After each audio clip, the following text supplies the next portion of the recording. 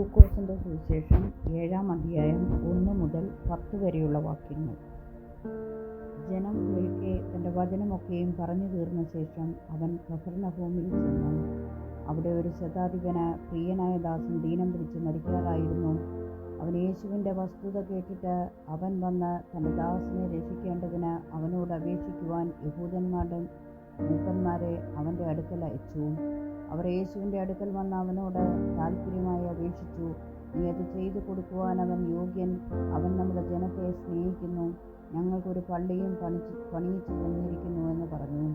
യേശു അവരോടുകൂടെ പോയി വീടിനോടടുക്കാറായപ്പോൾ ശതാധിപൻ സ്നേഹിതന്മാരെ അവൻ്റെ അടുക്കൽ അയച്ചു.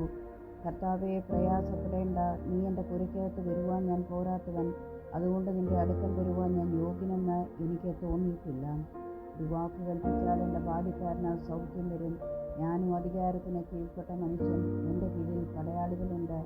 ഒരുവനോട് പോക എന്ന് പറഞ്ഞാൽ അവൻ പോകുന്നു, മറ്റൊരുവനോട് വരിക എന്ന് പറഞ്ഞാൽ അവൻ വരുന്നു. എൻ്റെ ദാസനോട് ഇത് ചെയ്യുക എന്ന് പറഞ്ഞാൽ അവൻ ചെയ്യുന്നു എന്ന് പറയട്ടെ.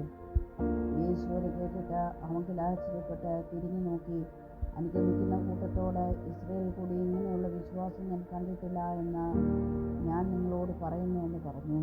ശതാധിപൻ പറഞ്ഞയച്ചിരുന്നവർ വീട്ടിൽ മടങ്ങി വന്നപ്പോൾ ദാസനെ സൗഖ്യത്തോടെ കണ്ടു.